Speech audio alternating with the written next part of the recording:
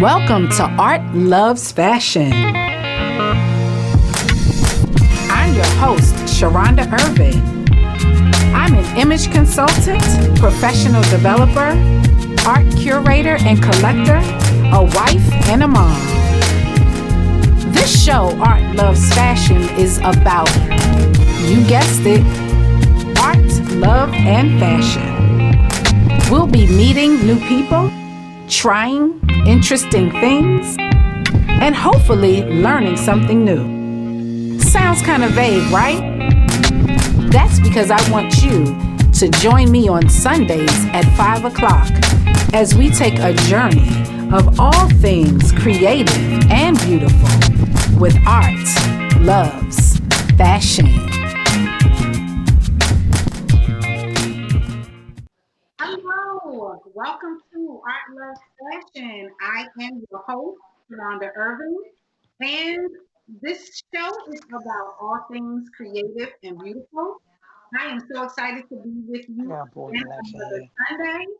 Sunday. Today we have some special guests, and the show is going to be slightly different, but I promise you it will be a great show. I want to let you know right now that I'm going to be sharing some important resources with you, so you may want to either get a pencil and paper or later on after the live stream, you'll be able to go to my YouTube channel and rewatch the show to get more information. So, without further ado, um, I want to introduce you. Well, I want to introduce my guests because I like to let them be a part of the show, even when I'm talking about some of the other segments. So today I have my friends Razia Hogans and Terry. Terry? I know your last name. Williams. Terry Williams. Williams. Terry Williams and Razia Hogans. They are soon to be Mr. and Mrs. Terry Williams. Um, I brought them on today to talk about love because, as you guys know, we've been talking a lot about how folks are managing their relationships and managing love during this time of the shutdown. And so we've talked a little bit in the past about self-love and self-care. We've talked a little bit about marriages. We've talked about people who are living together. Um, whether it be children and roommates and that kind of thing. But we have been having lots of ongoing conversation about how we're managing our relationships. And so Terry and Razia have agreed to come on today to talk with us about their relationship. They're currently engaged.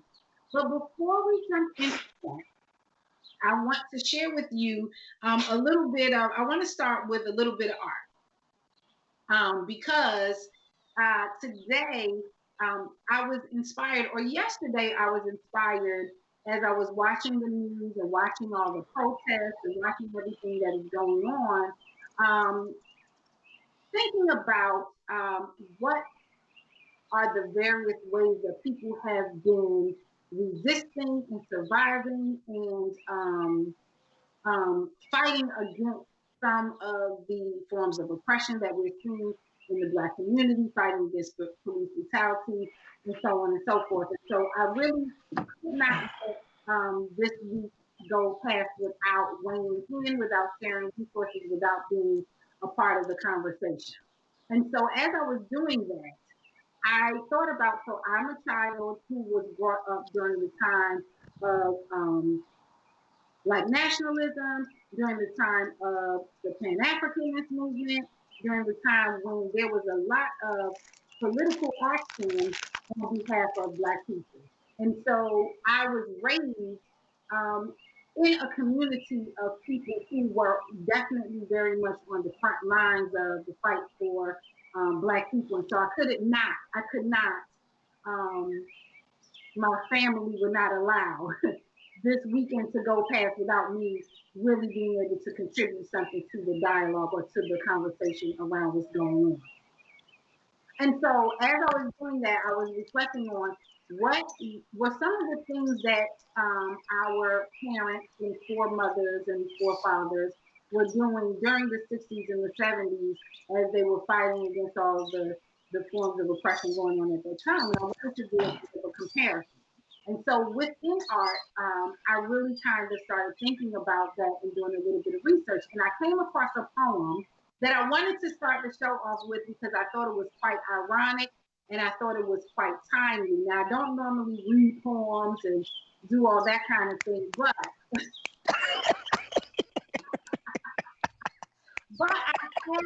I absolutely had to because if you are up on current events, the news is toggling between COVID-19, what's going on with the protests against police brutality, and the space launch. And so the very, the infamous Gil Scott Heron has a poem called Whitey on the Moon. So I'm gonna like put on my spoken word hat, and I want to recite this poem to you guys. And I wanted to play it because normally I like to just expose my audience to the actual art that I'm talking about, but it has music in the background, and so what will happen sometimes is that it will get blocked. So I'm gonna say the word. And in my head, I'm channeling Gil Scott Heron. If you're not familiar with him, as I always say, I like to share information. I like to share something that inspires you to go and do a little bit more research and turn you on to something that you may or may not be familiar with. So it's called Whitey on the Moon. A rat done bit my sister Nell with Whitey on the moon. Her face and arms began to swell, and Whitey's on the moon. I can't pay no doctor bills, but Whitey's on the moon. 10 years from now, I'll be paying still while Whitey's on the moon. The man just upped my rent last night, 'cause Whitey's on the moon. No hot water, no toilets, no lights, but Whitey's on the moon. I wonder why he's upping me, 'cause Whitey's on the moon. I was already paying him 50 a week with Whitey on the moon. Tax is taking my whole damn check. Junkies making me a nervous wreck. The price of food is going up, and as if all that shit wasn't enough, a rat done bit my sister Nell with Whitey on the moon. Her face and arm began to swell, but Whitey's on the moon. Was all that money I made last year for Whitey on the moon? How come there ain't no money here? Whitey's on the moon. Y'all know I just about had my fill of Whitey on the moon. I think I'll send these doctor bills. Airmail special to Whitey on the moon. Snap. And you were very dramatic and afflictions. So I love it. So I had to, in the spirit of art and how art Yes. also tends to be a support to the movements that the people have going on. I wanted to start the show off with that so I can set the tone and let everybody know that that's what Art, Love, and Fashion is talking about today. We're talking about what's going on in the streets. We're talking about what's going on in the community. And because of who I was raised by, my plan is to share information with you and resources with you so that you can get involved. And so, with that, I'm going to go ahead and transition because I'll talk a little bit more about art later and I'll share some resources with you a little bit later. But I would like to honor my guests and honor their time, Miss Razia and Mr. Terry. I'm going to let them tell their story. So if you guys would be so kind as just to tell me about how the two of you met. Would you like me to go? So they're engaged. This would be good practice because the husband have to like figure out the balance of the wife who likes to talk and all that. Terry, I'm Team Terry. Oh, what's ironic about your question is, but how did you guys meet? What's ironic about your question is we just had to answer this about 3 weeks ago with our first counseling, premarital counseling. So go ahead, Terry. So So basically, we met a couple of years ago at CIAA. So I decided to go down one weekend. Um, my friends and I, and we kind of met Pastel and Razia at a day party, and then the next day we went to a restaurant and kind of talked and things of that nature for a long time. We've been in there for about an hour, almost 2 hours, just talking. And then I walked them to the car.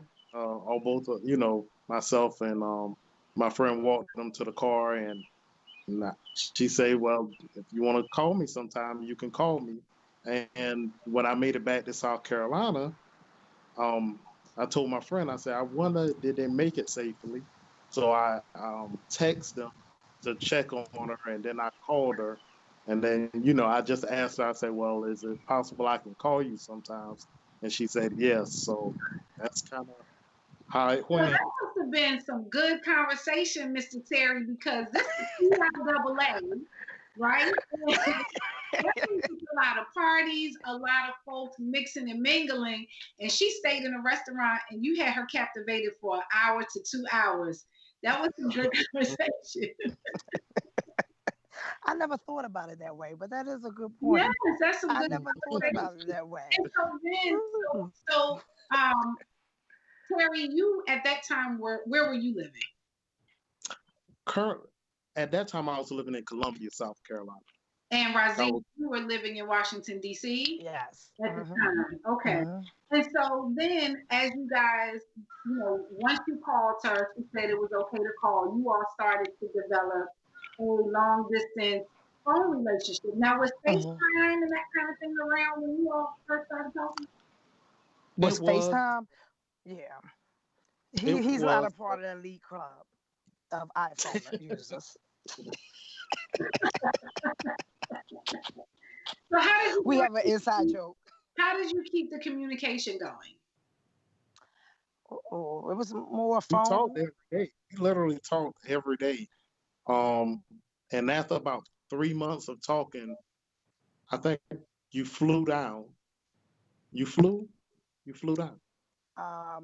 No, actually, it was probably exactly a month after meeting that I came out. You came Oh, down. Okay. Yeah. okay, a month. He was trying to be generous he was trying to That's what it was. Okay, thank you be for a honoring. gentleman.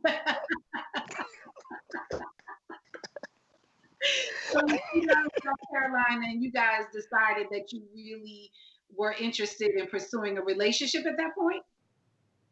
Yeah, it was. Um, can I go on, or because I know Yeah. you want to hear the male talk? Actually, before prior to me going to CIAA, I think it was like August. CIAA that February. In August of the prior year, I actually had turned to Pastel. I said to her, I said, "We're gonna be our husbands at CIAA." It just came out. It was nothing. It just something inside of me just came out. There was no thought. I left it right there on the table, walked away from it, didn't think anything else about it. So once Terry and I met and we started talking literally the first week, she said to me, for some reason, he seemed like the type of man that you would marry. Mm. And I was like, okay, it never really still hit. It was like a night, it was just a fluff, if that makes sense to you. I no, that makes sense because Mhm. when I went, I tell people all the time when I went on the first date with my husband, I told Mhm. my roommate that I was going to marry him. Really? Yeah, And then y'all come 20 years this year, right? yeah, and it'll be 20 years this month. So Mm. sometimes you just kind of know. Yeah. You know. And so, Should I let the secret out? I have to say this one. I don't turn but it go loose. ahead. He said, "I love you." The third day of us talking, he texts me, "I love you." Oh, I text him back and said, I think you sent a text message to the wrong person. And I was okay with it. Like I was like, I Right. just met him. I'm okay. Yeah. And then he texts back and spelled my name properly on top of that, okay? He Okay. said, Razia, I love you. And I said, what the hell? I threw the phone, walked away from the phone. He had been calling me. I had to go for a walk. Then I said, okay, get yourself together. Because I hope is he expecting me to say that back? I hope he don't expect me to say it back. And then when I got on the phone with him, because he had been calling me, and I said, he said, I don't need you to respond to what I said. He said, but you can't tell me how I feel. Wow. Okay. I said, okay. Okay. I just said, okay. Okay. I love that. Yeah, I said, They say, if a man, when he is interested, he will stamp it and put it out there. So, that is true. he proved that to be true. Yeah. So fast forward. So now, how long ago was that? 5 years ago. 5 years. A little over 5 years. Yep. Yeah. 5 years. Mm-hmm. So now, interestingly, so the 5 years pretty much has been a long distance relationship. Yes. Because remember, he was in Abu Dhabi for 2 years too. Okay, so you were in Abu Dhabi for 2 years. You were in South Carolina. Are you still in South Carolina? I'm currently in Augusta, Georgia, right now. Okay, so that's further away, isn't it? No, just an hour South from Carolina, right beside each other. Okay. From Columbia, it's about an hour away. Okay. So he's currently in our new home in Augusta. Again? He's currently in our new home. Oh, so you guys, okay, so the listeners, the audience doesn't know where you are with it now. So fast forward 5 years, you guys are now engaged. And so you were moving forward with your wedding plans and had a date and had a venue and all these things. And so you guys picked out a house and everything. Well, not a house. I'm talking about just our place together. Okay, so not a home, not a house, but just a place together. This is our first time. And so now now with this pandemic, what does this look like? Wedding plans, of course. Go ahead. Okay, Go ahead, wedding plans been pushed to next year. Wedding plans. However, we're going to move forward with getting married this year. I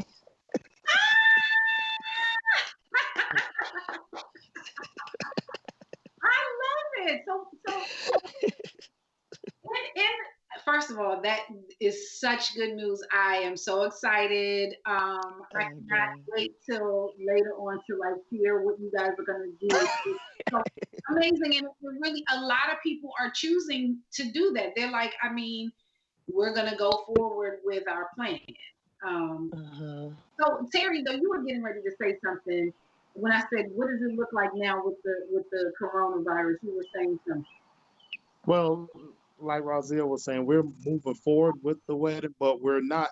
The wedding will probably be next year with the ceremony, but we're actually getting married in New Jersey this year, but it's going to be very small because of the the COVID virus. So it'll probably be about 20, 25 people at the max, and we'll have to, do all the protocols that the CDC wants, the distancing and stuff like that. But we still will have a wedding this year. That's amazing. So now what I'm curious about, because I've been talking a lot about the things that we do, to take care of one another, to demonstrate our love. We talked about, agape love and just how we are taking care of one another in relationship over this time. How are you guys? How do you manage the relationship and the intimacy over the distance like that? Because I think it's interesting because some people are just quarantined from one another, or some people are just like they haven't been able to see each other for a couple of weeks, and they're like, how do I do this? So what are some things that you guys have done just over time to just care for one another and maintain that level of love and intimacy and relationship over the distance? Well, I think the hardest part was when I was overseas for 2 years. That was much more harder than when I was stateside now. Because Mm-hmm. stateside now, we kind of come up with the idea, hey, every month or every other month, I'll come see you, you come see me. And so it won't be hard on each one of us, seeing each other and stuff like that. When I was overseas, I think it was much more harder because I couldn't just come home like that. It was, I think I only came home twice a year. So it was, that was pretty hard for me Mm-hmm. because sometimes she be going through it, as a person go through stuff, but I couldn't be there to comfort her and stuff. And so that was the thing that I think I was also curious about, especially in light of so much going on. How do you support one another, um, given the Mm-hmm. circumstances? Because now, like, it's probably, I mean, are you able to go? Prior to this, you could just jump on a plane or jump on a train or whatever, drive, Mhm. see one another. And so now, with things being slightly restricted, how is it for you guys to communicate? Well, Mm-hmm. but now I think that we still talk, or we'll kind of like FaceTime each other and talk that way. And most of the time, Razia even sometimes she'll just get in the car and drive down instead of using the Yeah. it's some different ways she's very creative in trying to, make sure that we have that connection and Yeah. be together. Yeah. Nice. We're doing more WhatsApp and everything. We never video chat the way we did. So what's important to me is that he see my face. We see each other every day. Because very early on when COVID happened, what we were talking about, it's like everything shut down March 13th. Um, we had already had plans to see each other in April. And it was interesting because I can hear in his voice that he was kind of feeling alone because remember a lot of us was getting a lot of anxiety. So Mm-hmm. I can hear it in him and he didn't realize it. And I kept saying, I gotta get down there to him. I gotta get down there to him because he needs some love. And I just knew I needed to be there because he see his parents like at least every weekend or every other weekend, let's say that. He wasn't going to his parents. His parents was like 2 hours away. So it was kind of like he was literally alone. So I had I went down there for about 10 days or so and cooked him his meals because that's one of his favorite things. What I tend to do so I can make sure he's eating healthy, I cook him about 30 or 40 meals and put them in the freezer, Wow. and label them. And he, by the way, are you finished your meals, baby? Oh, I'm on. you avoided eating them beans. I already know it. But so, but that's what I do. So, right now where we are, I kind of do like my major move in a couple of weeks.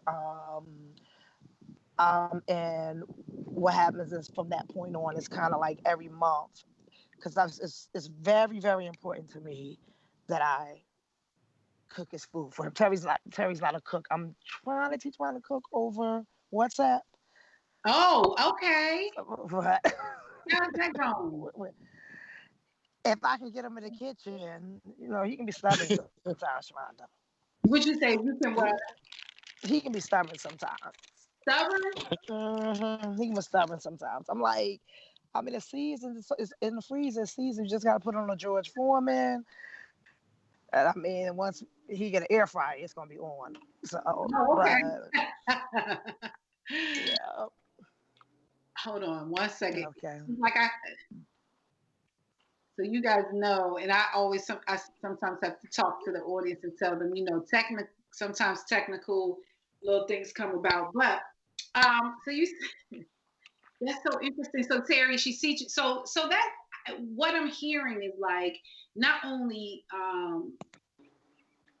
just sort of making sure that you're seeing one another every day and sort of connecting every day. Mm-hmm. The other part of it is like you're saying that you really try to key in and listen for Mm-hmm. things that may not be being said. Exactly. And just kind of being in tune with what the person needs so that you can try to sort of still be, Yeah.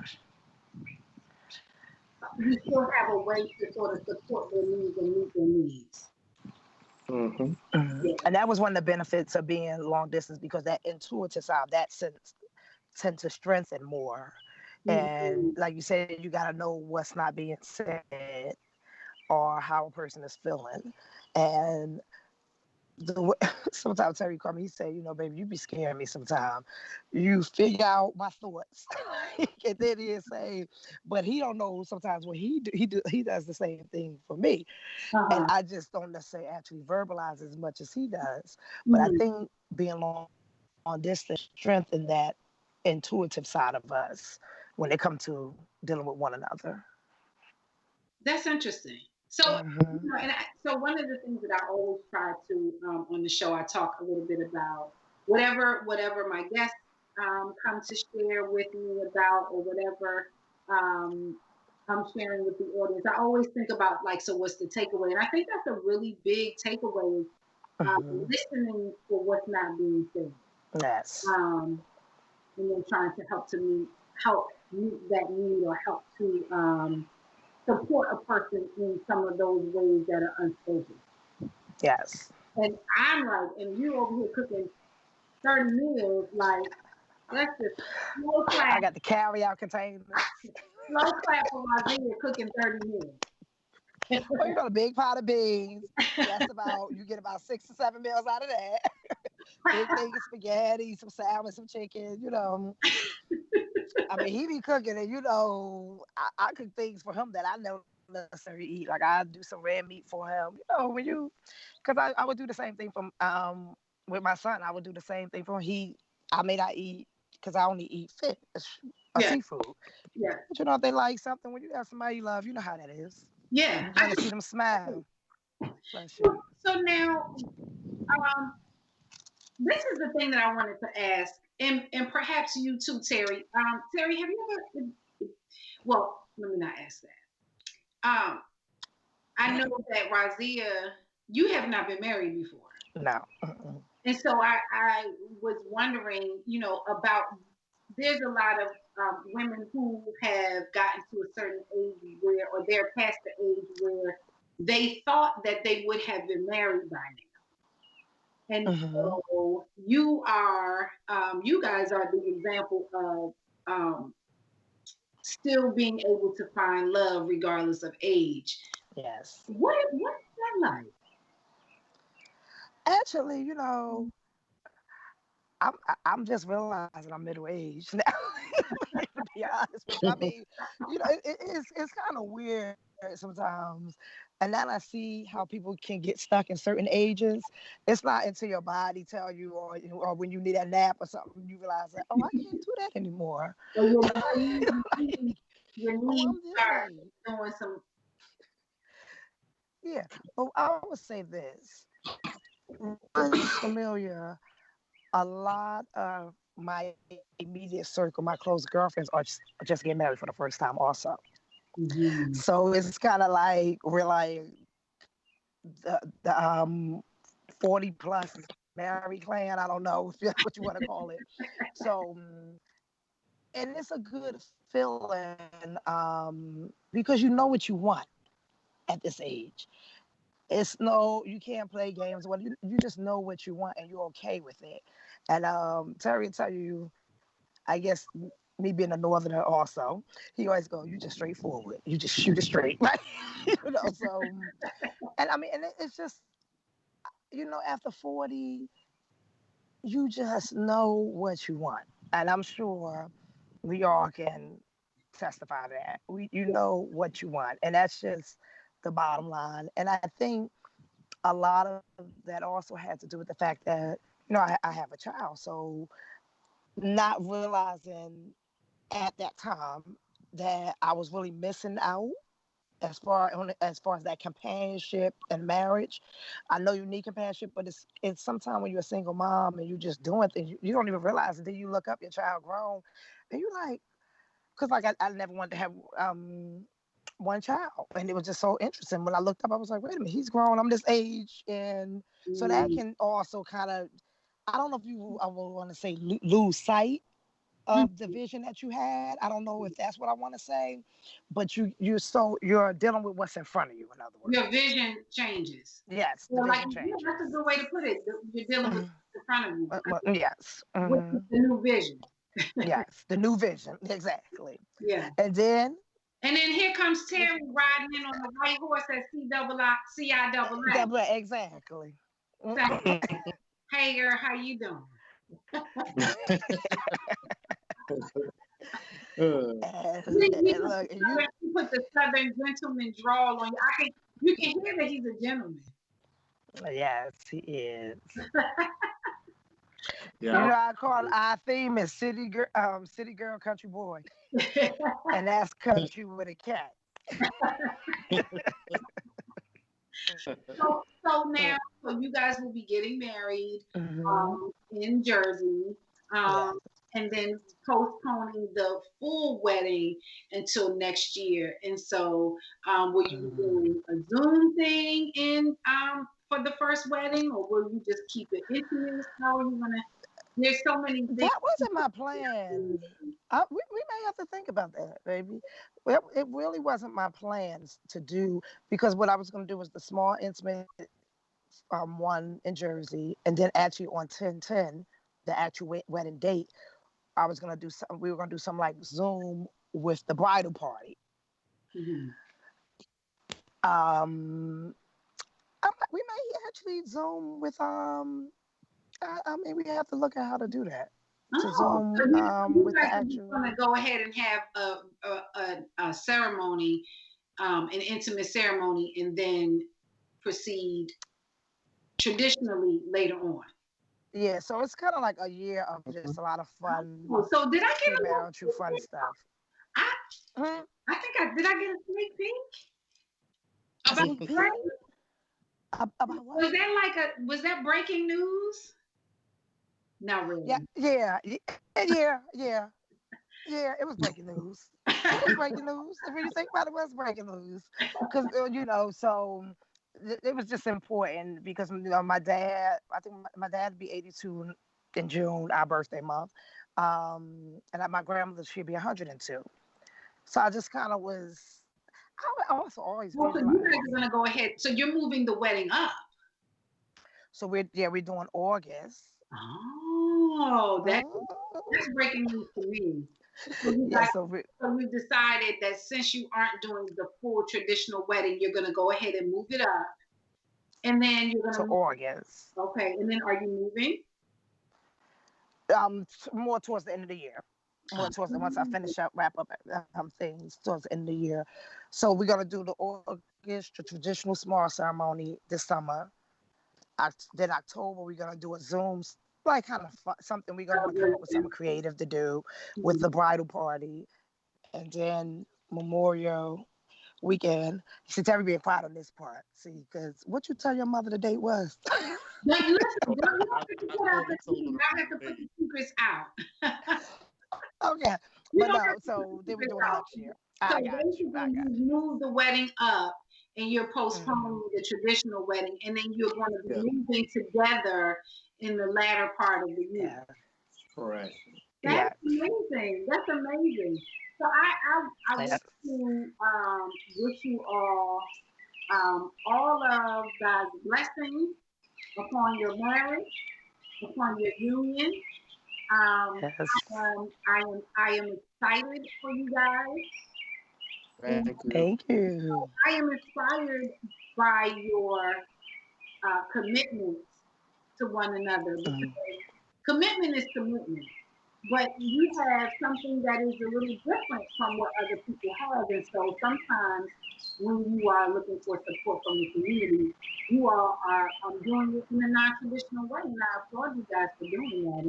And I look forward to all of the wonderful marriage newlywed stories Okay. that are soon to come. And I thank you, Mr. Yeah. Terry, for joining. It's not I have a question. to see you and talk to you. Yes, you said you had a question. Go ahead. I have a question. Yes. So, Miss 20 Year, what's the secret to long lasting marriage? There is no secret. The secret is that it is a commitment, Okay. and that it is the thing that I have learned. Number one, you never stop learning. You never stop growing. You never stop there. You always have to um, find a way to make sure that you are nurturing and working on the health of your relationship. Um, but at the end of the day, you have to walk into it being sure about the commitment that you have made. Because I think that the thing that is unsexy and not often talked about is that there is a part of marriage that doesn't really have a lot to do with all the like warm and fuzzies that we feel or that we see on TV. There's a lot of things that are just a part of being in a relationship with another human being. And Mhm. once you enter into a relationship with another human being, now it's about trying to figure out how to honor the fact that you have committed to staying in relationship. Okay. And so Thank you're growing and you're learning them, you're learning yourself, and you're learning each other together. So now it's Mhm. who are you as an individual, who is the other person as an individual, and now who are you together? Okay. Yeah. Thank you. A lot of compromise and a lot of Received. yes. And you know what I would I also received say? it. I would also say is be in a community of other married people. Gotcha. Yeah, they told yes. Gotcha. Be in community with other married people who are supportive of you and you are supportive of Gotcha. them. Okay. Alrighty. Thank you. Got you. And you know, my dear, you can always call me Mr. Terry. You can always call me. I'm sure you want to hear it from a different perspective. So, but again, I thank you guys for joining me today. You're welcome to stay on because I'm going to be sharing some resources about how we can help and stay involved in what's going on in our communities. You're welcome to stay on as I transition into the other love section. I said instead, normally it's art, love, and fashion. Today is art, love, and love. Okay. And And so, you're live also, correct? yeah, I'm on live. So you Okay. can also, if you want to, you can just jump on live if you want to stay trying to be here. Okay. All right. Alrighty. Thank you so much. You're quite welcome. Thank you guys for coming on. You are. Okay. Okay. All right. Bye-bye. And so now we'll transition into the final segment, which is our love segment. Again, and let me give my music a chance to play. Come on, Eric, you need a little. So let's jump into it. Because I want to be able to share some information. And I talked a little bit at the top of the show about art and how art during the rise of the civil rights movement and then straight into what we could call like the nationalist era or the Pan-Africanist movement or Black liberation movement. There's a lot of different terms that we could probably call it, but still we would term it the fight for Black people and our continued quest for equality and humanity in the United States. The arts played an equally important part in that movement and in those movements. And as I was thinking back to it, and as I was I always like to do a little bit of research, I was thinking about some of the poets that became really, really well known during that time. And I remember as a young person reading the poetry of some of those poets. I remember reading Nikki Giovanni, and I remember reading and I don't know if I say her name right, but Ntozake Shange. I remember reading and listening to Gil Scott Heron. And I remember that the things that they were talking about at that time, as a young person, I did not necessarily know exactly the ins and outs, but because I was completely immersed in the environment, I knew that it was speaking directly to my experience. And I knew that it was speaking directly to the actions and the experiences of my parents and my family members, because it was familiar and it was constantly, it was almost like how they say, like, part of the soundtrack of your life, the things that they were talking about and the feelings and the vibes and the words that they were using were all speaking directly and narrating directly into my home and the homes of my family members and the homes of those who we were surrounded by. And so I kind of looked back to see some of the actual factuals on some of this. And one of the things that I learned, and that I didn't know, because I don't profess to be a literature scholar, I just love art. And so I like to share what I have learned and experienced about art. And so one of the things that I did not know was that Elaine Brown, who was from 1974 to 1977, she was the only woman to be the chairman of the Black Panther Party. But I did not know that she was also a poet. And so I thought that that was really interesting. She actually has a very famous poem called Seize the Time, which then a year later was the title to Bobby Seale's published work that was told the story of the Black Panthers. And so that was an interesting fact to me. And I really encourage people, if you're not familiar with Elaine Brown, if you're not familiar with Nikki Giovanni, go look them up. And the other thing that I learned was that I was familiar with Amiri Baraka, and I remember that at the time of all of the political action that was going on at that time, there was a parallel movement, and I kind of learned a little bit about that, but there was a parallel movement going on that he actually started. And it was I wrote it down because I had to make sure that I was being factual. I'm going to find it in my notes, but he basically started and I put it in the resources that Afiba is going to show, but he started the actual counter poetry movement that was going on at the same time. And so there, from his organization, you see some of the really well-known poets coming directly out of Amiri Baraka's organization. At that time, you also had the Watts Prophets. At that time, you also had James Baldwin still writing at that time.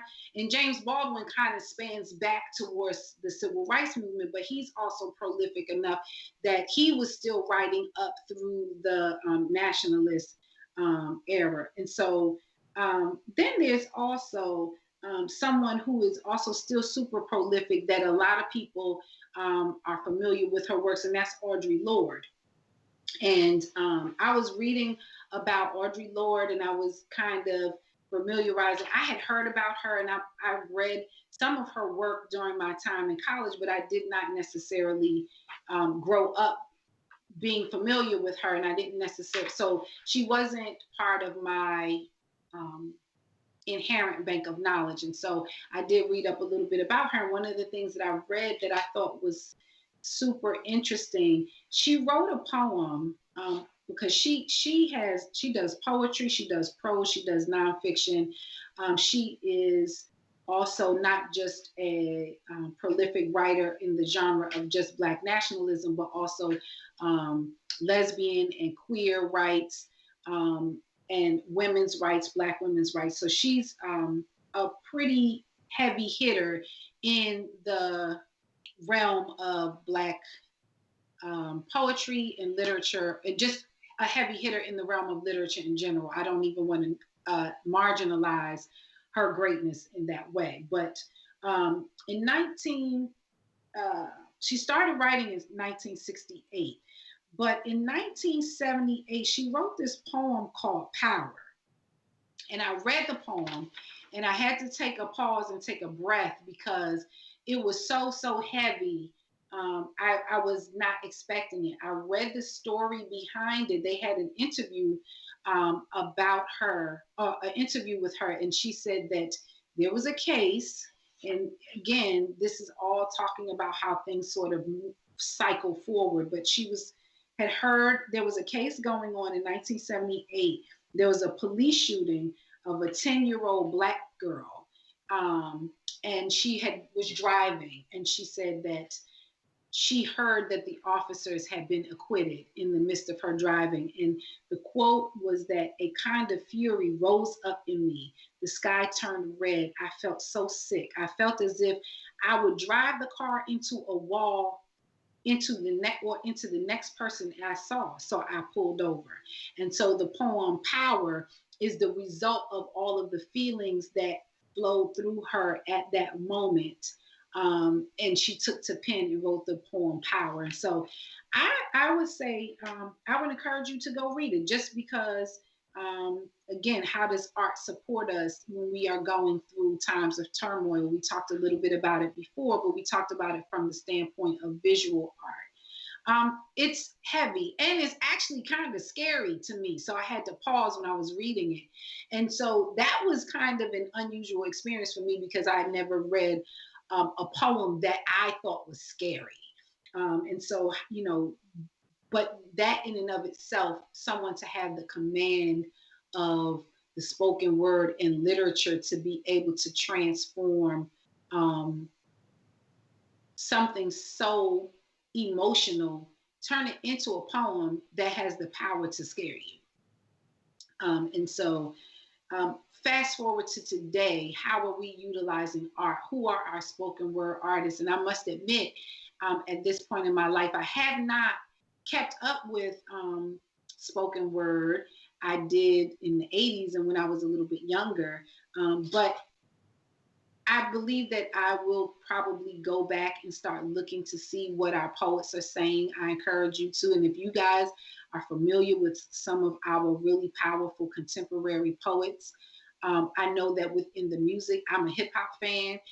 I look at that as my form of poetry. I was looking at and listening to a little bit of Dead Prez. Of course, there are some singers and there are some groups. One of the groups that was started in the 70s and continue today is Sweet Honey and the Rock. This all women's group who they have sung folk songs and resistance music over a span of probably over 30, 40 years. And what they do is they turn, as their members start to get a certain age, they replace them, or I guess when the women choose no longer to be in the group, they bring in new women, but it is a tradition. So the group itself stays the same, but there's new members that come in. But they are folk singers, resistance song singers. And then one that I did find that's contemporary is called Resistance Revival Chorus. I found them on Instagram and I quite enjoyed their music as well. And so during these times of emotional anguish or uncertainty, we still have our artists, we still have our poets and our singers and our dancers and our painters who help to support us through through their craft and help to support us to move forward. And so with that, we have our art, and at the same time, our love. I wanted to have Razia and Terry on. We talk about how they are supporting each other and building relationship during the shutdown. But I also wanted to talk about today specifically love as action, and very specifically political action. How do you show love for your people? By getting involved. And so I wanted to share some resources for those of you who are wondering, how do I get involved? What can I do? Some people are going to be protesters, and some people are going to get out in the streets and they're going to lift their voices and be with the people in the streets. But some people, that may not be either what they're into, or that may be just one of the things that they want to do. And so with that, I definitely wanted to share how you can get involved. Some of the things that I have been seeing and researching about this, what comes up quite often is donating. If you're in a position to donate to community bail funds. And that's important because it's important in the immediate for those who are protesting and they get put in jail. They need help and support in getting out. But also, we have heard the stories of people who get arrested and they get put into the penal system and they can't get out because they can't afford it. And then they're caught in the cycle of incarceration, because while they're in jail, they may get into a situation where they get into a fight, and now they are there's additional charges brought up, and now they're in a cycle in a system who really doesn't have any intentions on letting them out in the first place. So donate to a community bail fund. There are other organizations. There is what you see on your screen right now. It's called Campaign Zero. Campaign Zero is an organization that they are dedicated to working on policy solutions. And so in their work, they basically use the data. They go to find out what actually is working or what works to end police violence. And they have a graphic that they have on their page. If you scroll up, you'll be able to see they have 10 actual things, actual documented solutions that can work to end police brutality. Go to Campaign Zero, read up on it, find out what is it that's working and how can I get involved in one of those things.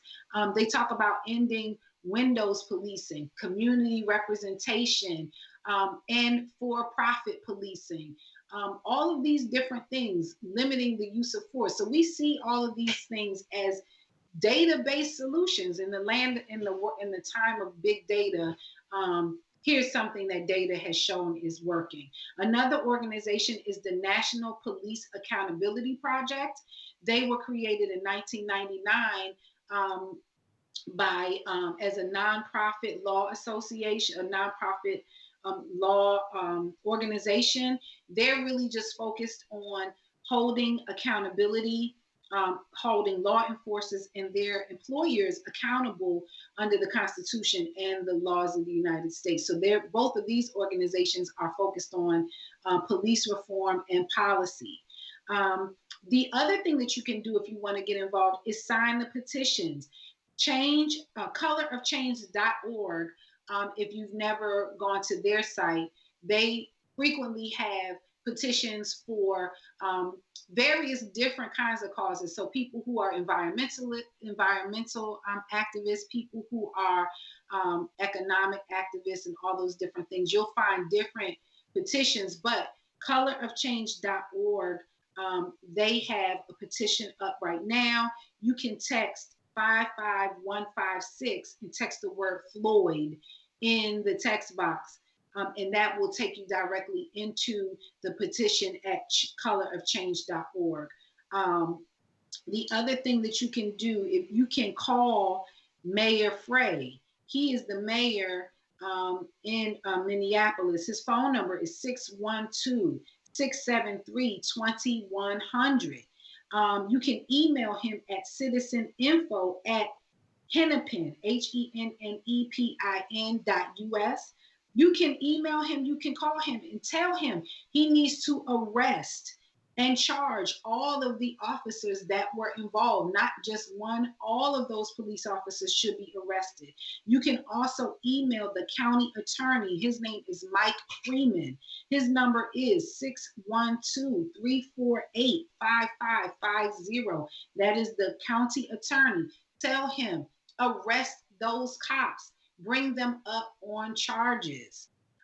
If you go to the NAACP, they have resources there. They have letters that you can use to do a letter writing campaign. If you go to the ACLU, they have scripts. So if you don't know what to say, there's a script there that you can use to read when you make these phone calls. And then, as usual, there are always even smaller community-based organizations that are out here that are helping the people on a regular basis. If you want to get involved in some kind of way, something that will have a lasting effect, something that will directly affect communities of color and Black people specifically, look for organizations that deal with food insecurity. Look for organizations that deal with addiction. Look for organizations that deal with mental health and education. Those organizations consistently and constantly need help. They need your dollars. They need your volunteer time if you have it. They need you to spread the word. And we do those things and we get involved in those things for what's going on right now, but also to have lasting effects beyond today. Because the name of the game and the point of all of this is that we want an end to police brutality, not just for one and not just in one area, but for all of Black people, all of marginalized communities. And then the other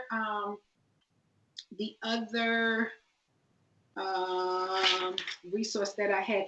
Oh, and the other thing that I wanted to say, and I didn't write it down here because it's constantly in the forefront of my brain, is that as you look at all of these different organizations to support, or as you're out here looking for organizations to support, you have to go and vote. You must vote. You must vote, you must vote. And for those of you who feel like the presidential elections don't matter, then I would encourage you to get involved in your local elections. A lot of these things happen in these small towns. Do you go to your local elections? Do you know who your local councilmen are? Do you know who your local, in DC we call them like mochas, and the different people who work right in your specific region of where you live. Get involved in your local politics.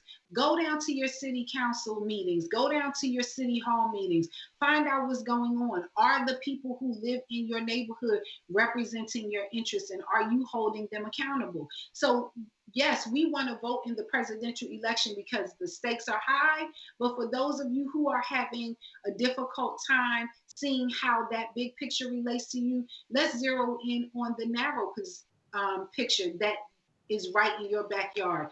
Get involved and vote. Go online. If you Google, how can I help? Right now, how can I help the cause of police brutality? How can I help the cause of food insecurity? You will find resources. You will find resources. You will find ways that you can help. If you go on Instagram, you will find organizations.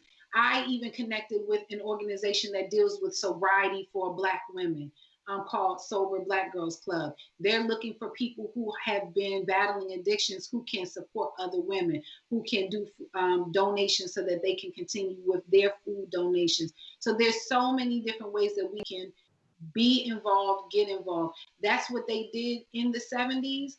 That's what they did during. If you admire Black Panthers, if you admire what was going on at that time, if you admire Tupac Shakur, if you admire Dead Prez, if you admire Mos Def, most of those people were raised during a time and by individuals who were organized, who were involved. They made phone calls, they knocked on doors, they got committed to a cause that moved the needle right there in their own communities, right where they lived. And so that is that's what I needed to be able to share with you all today. I wanted to share with you that art can help heal our hearts, can help to get the message out, can help to support us as we move through this difficult and emotional time. And at the same time, love is what will sustain us. Love of our people, and using our political action and using our voices as a form of love to continue the fight for justice for Black people. And so, to that end, that's my time. I enjoyed spending this Sunday with you. Thank you once again for tuning into Art Loves Fashion. I hope to see you again next Sunday from 5 to 6. And if you jumped on at the tail end of this show, I invite you to come onto YouTube, where this episode and all the other episodes are. My YouTube channel is Sharonda Irving. My Instagram is Sharonda Irving. My Facebook is Sharonda Davila Irving. And so you can come back next week and live stream with us, or you can watch the shows on the YouTube channel. At any rate, stay safe, love on somebody, find a way to get involved, and I'll see you next week.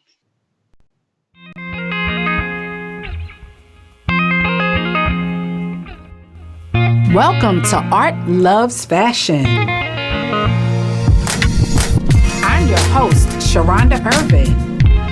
I'm an image consultant, professional developer, art curator and collector, a wife and a mom. This show, Art Loves Fashion, is about, you guessed it, art, love, and fashion. We'll be meeting new people, trying interesting things, and hopefully learning something new. Sounds kind of vague, right? That's because I want you to join me on Sundays at 5 o'clock as we take a journey of all things creative and beautiful with art, loves, fashion.